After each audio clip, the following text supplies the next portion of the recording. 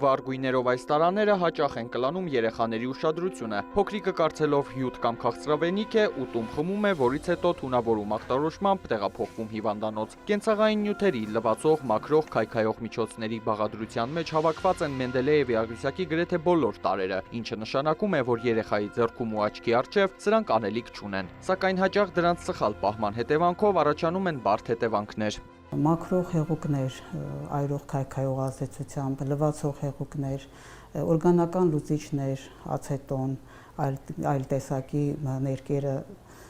չեզոքացնող օրգանական լուծիչներ, այս բոլոր տեսակի թունանյութերը բավականին վնասակար են եւ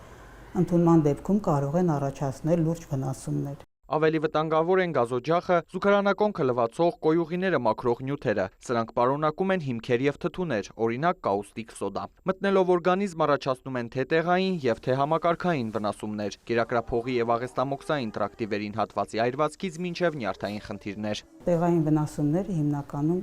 դրսևորվում են շրթունքների, բերանի, լեզվի, լորձաթաղանթների այտուցումով, արտահայտված թքահոսությունով, կլման դժվարացումով եւ եթե նման ախտանիշներ արդեն իսկ դիտվում են, ապա ցուցված է անպայման նաեւ գնահատել այրվածքի աստիճանը կերակրափողի եւ ստամոքսի լորձաթաղանթների, այսինքն նման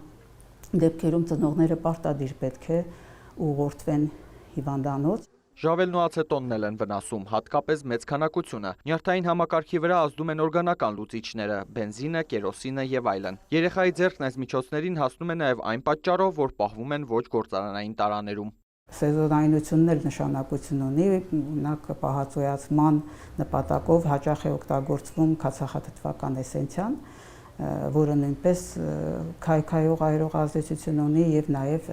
սիստեմոտոքսիկ ազդեցություն առաջացնում է հեմոլիզ, արյան կարմիր գնդիկների վնասում եւ համապատասխան բարդությունները, որ կարող են զարգանալ ընդհանուր մինչեւ երիկամային անբավարարություն։